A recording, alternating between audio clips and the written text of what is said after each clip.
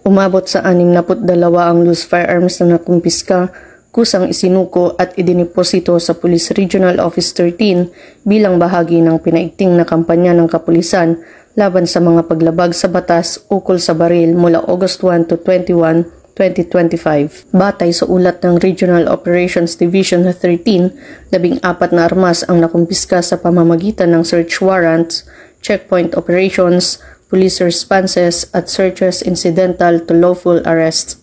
Samantala, 43 armas ang voluntaryong isinuko ng mga may-ari, habang 5 armas naman ang pansamantalang idiniposito sa kustudiya ng pulisya habang hinihintay ang pag-renew ng firearm registration o license to own and possess firearm ng kanilang rehistradong may-ari.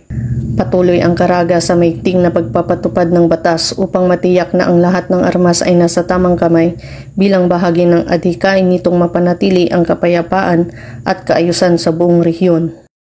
Mula dito sa Police Regional Office 13, ako ang inyong PNN correspondent, Patrolwoman Joanna Kawini, alagad ng batas, tagataguyod ng Balitang Pulis.